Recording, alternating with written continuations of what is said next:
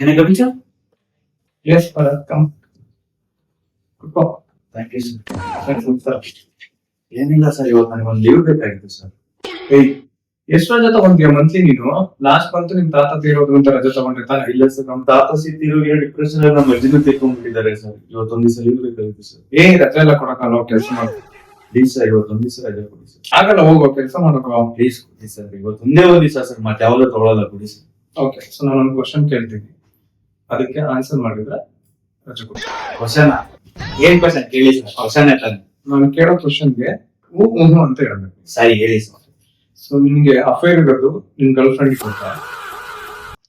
ಏನ್ sir question ಕೇಳಿದ್ರೆ ಈ ತರ ಎಲ್ಲ ಕೇಳ್ತಿರ್ಲಿ ಸರ್. ಹೋಗಿ ಸರ್, ನೀವು ಬೇಡ, ನನ್ಗೇನು ಕೂಡ ಇಲ್ಲೇ ಕೆಲಸ ಮಾಡ್ಕೊಂಡು ಇರ್ತೀನಿ ನಾನು.